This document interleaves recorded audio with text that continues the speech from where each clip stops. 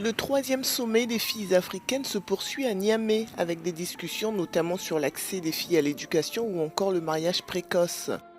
Avec plus de 2000 participantes venues des quatre coins de l'Afrique et la présence de délégations de tous les pays membres de l'Union africaine, ce sommet est l'occasion de donner un signal fort pour mettre un terme à ces pratiques, mais aussi inciter les gouvernements à adopter des politiques visant à favoriser la scolarisation des filles.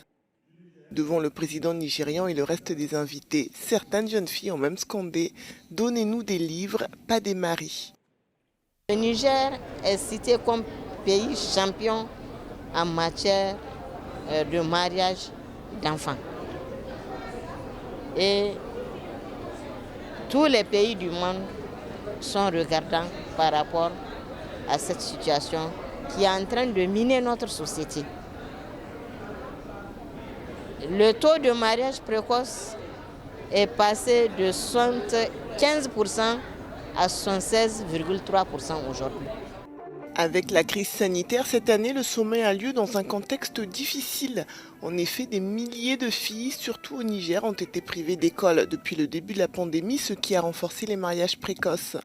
Et sans un modèle de politique régionale ou un cadre légal commun concernant le droit des filles à l'éducation ou le mariage précoce, par exemple, les politiques dans ce domaine varient d'un pays à l'autre du continent.